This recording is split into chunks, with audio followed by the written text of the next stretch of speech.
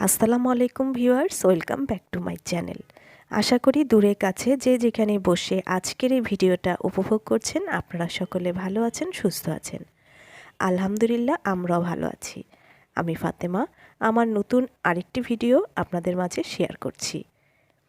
আজকে এই যে দেখতেই পাচ্ছেন স্কিনে আদা দিয়ে খুব সুন্দর একটা রেমেডি তৈরি করেছি, সেটা আপনাদের মাঝে শেয়ার করব। রেমেডিটা তৈরি করার জন্য প্রথমেই আমার লাগবে আদা। এখানে আমি আদা ভালো করে এর উপরের যে খোসাগুলো রয়েছিল সেগুলো আমি ফেলে দিয়ে এইরকম ছোট ছোট টুকরা করে কেটে ভালো করে কলের পানি দিয়ে ধুয়ে তারপরে এই বাটির মধ্যে নিয়ে নিয়েছি। এখন আদাগুলো আমি পেস্ট করে নিব। এখানে আমি পরিমাণ মতো পানি দিয়ে নিলাম। এখন আদাগুলো আমি পেস্ট করে নিচ্ছি। এই তো আদাগুলো পেস্ট করা হয়ে গেল। আমি এই যে এইভাবেই পেস্ট করে নিয়েছি। এরপরে আমি চুলায় চলে যাব। চুলায় আমি একটা ফ্রাই প্যান বসিয়ে দিয়েছি। এখানে আমি 10টার মতো লবঙ্গ দিয়ে নিব আর দিয়ে নিচ্ছি 4টা এলাচের গোটা। খুব অল্প আঁচে আমি এই মশলাগুলো ভেজে নেব।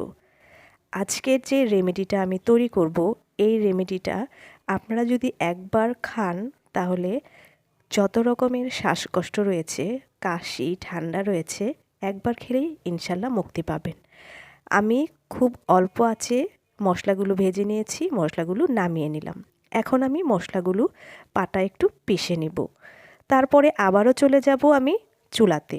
যেই ফ্রাই প্যানে আমি মশলাগুলো ভেজে নিয়েছিলাম সেই ফ্রাই প্যানেই আমি এখন খুব সামান্য পরিমাণের 1 টেবিল চামচের মতো আমি সরিষার তেল দিয়ে নিচ্ছি। সরিষার তেলটা যখন গরম হয়ে আসবে তখন এখানে আমি দিয়ে দিব আদার পেস্টগুলো। সরিষার তেলটা কিন্তু গরম হয়ে এসেছে আর আদার পেস্টটা আমি দিয়ে নিলাম। এই কাজটা একটু সাবধানতার সাথে করতে হবে, কারণ তেলের মধ্যে যখন আদার পেস্টটা দেওয়া হবে তখন কিন্তু ছিটে উঠবে। এই কারণে এই কাজটা খুব সাবধানতার সাথে করতে হবে। চুলার আঁচটা অবশ্যই কমিয়ে নেবেন। আদার পেস্টটা দিয়ে আমি 1 মিনিটের মতো আদার পেস্টটা ভেজে নিচ্ছি। বিশ্বের যে পরিস্থিতি, করোনা ভাইরাসের কথা এখন আমাদের আর কারো অজানা নয়। আমরা কিন্তু সবাই জানি করোনা ভাইরাস কতটা ভয়াবহ রূপ ধারণ করেছে, এটা কিন্তু আমরা সবাই জানি। হাঁচি কাশি এবং শ্বাসকষ্টের হাত থেকে যদি আমরা রক্ষা পেতে যাই, বাসায় যদি এমন একটা রেমেডি তৈরি করে খাই তাহলে কিন্তু আমরা খুব সহজে হাঁচি কাশি এবং শ্বাসকষ্টের হাত থেকে রক্ষা পেতে পারি। আপনাদের সাথে কথা বলতে বলতে কিন্তু আমি আদার পেস্টটা ভেজে নিয়েছি। এখন আমি এখানে দিয়ে নিচ্ছি গুড়ের রস। আমি আজকে খেজুরা গুড়ের রস দিয়ে এই রেমেডিটা তৈরি করছি। এখানে আমি ছোট 1 বাটি পরিমাণের গুড়ের রস দিয়ে নিলাম।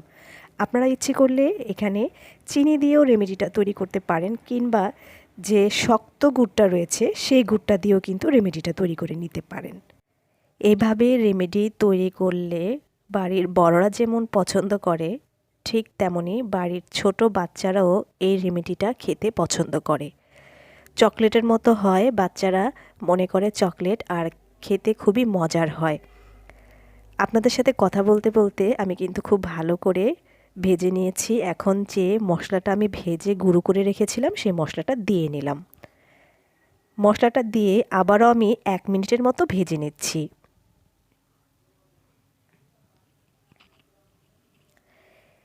এরপরে এখানে আমি অ্যাড করে দিব বিট লবণ। আপনারা যদি মনে করেন সাদা লবণটা ইউজ করবেন তবে সাদা লবণ দিতে পারেন, তবে বিট লবণ দিলে এই রেমেডিটার টেস্ট খুব ভালো আসে। তাই আমি পরিমাণ মতো বিট লবণ দিয়ে বিট লবণটা ভালো করে সম্পূর্ণ রেমেডির গায়ে লাগিয়ে দিচ্ছি। এই তো রেমেডিটা তৈরি হয়ে গেল। এখন একটা প্লেটের মধ্যে আমি কিছু পরিমাণের সরিষার তেল দিয়ে এভাবে লাগিয়ে নিলাম। তারপরে এখানে দিয়ে নিচ্ছি রেমেডিটা। এখন আমি একটা খুন্তির সাহায্যে এভাবে চেপে চেপে রেমেডিটা ছড়িয়ে নিচ্ছি, কারণ শক্ত হয়ে গেলে এই রেমেডিটা যে শেপে আপনি নিতে চান সেই শেপে নেওয়াটা কষ্ট হয়ে যাবে। তাই এভাবে একটু ছড়িয়ে দিলে আপনি যে শেপে দিতে চান সেই রকম করেই নেওয়া যাবে। আমি এই যে ঠান্ডা হয়ে যাওয়ার জন্য অপেক্ষা করছি, চলে আসছি ঠান্ডা হয়ে যাওয়ার পর। হাতে কিছুটা পরিমাণের সরিষার তেল মেখে এখন আমি এখান থেকে অল্প অল্প করে নিয়ে রেমেডিটার একটা চকলেটের শেপ দিচ্ছি। আর আপনারা আপনাদের পছন্দ অনুযায়ী শেপটা দিয়ে নিতে পারেন। আমি আমার পছন্দ অনুযায়ী শেপটা দিয়ে নিচ্ছি। আর এভাবে যদি রোদে শুকিয়ে নিতে পারেন তাহলে কিন্তু অনেক বেটার হয়, আর রেমেডিটা খেতেও কিন্তু অনেক মজার হয়। আর এছাড়া রোদে শুকানো ছাড়াও কিন্তু এটা খাওয়া যায়। রোদে শুকিয়ে আপনি রেমেডিটা 1 বছরের মতো সংরক্ষণ করে রাখতে পারেন, আর রোদে শুকানো ছাড়া আপনি 6 মাস সংরক্ষণ করে রাখতে পারবেন শুধুমাত্র বাইরে রেখে। আর ফ্রিজে রেখে আপনি নর্মাল টেম্পারেচারে রেখে 1 বছর সংরক্ষণ করতে পারবেন।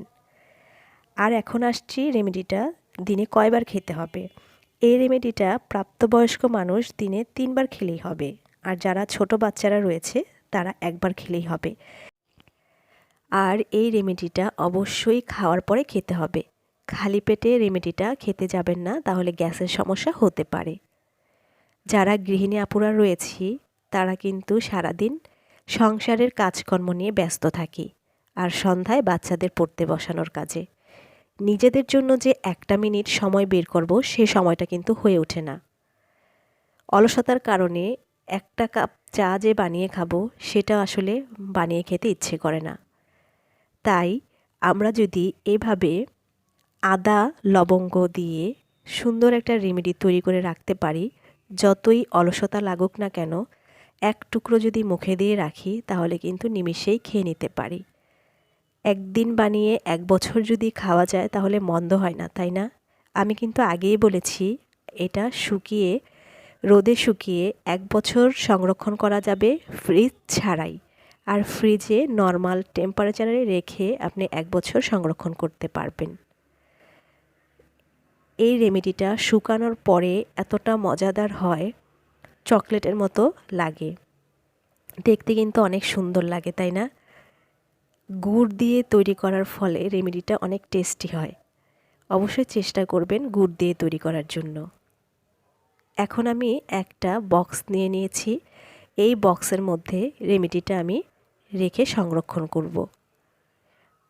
আমি 1 সপ্তাহের মতো রেখে দিব, কারণ এইটা শেষ হতে আমার 1 সপ্তাহ লাগবে। আমরা বাসায় সকলেই এই রেমেডিটা পছন্দ করি। আমি কিন্তু একটু অসুস্থ, আমার ভয়েস শুনেই আপনারা বুঝতে পারছেন। আমার কিন্তু ঠান্ডা লেগেছে, এই ঠান্ডার কারণেই আমি এই যে আজকে এটা আবার তৈরি করছি। আমার আগে করা ছিল, শেষ হয়ে গিয়েছে, আজকে আবার তৈরি করছি। ভাবলাম আমার ভাই ও বোনদের মাঝে আজকে শেয়ার করি। যদি ভালো লাগে লাইক কমেন্ট শেয়ার আর সাবস্ক্রাইব করবেন। সকলে ভালো থাকবেন, সুস্থ থাকবেন। আল্লাহ হাফেজ, আসসালামু আলাইকুম।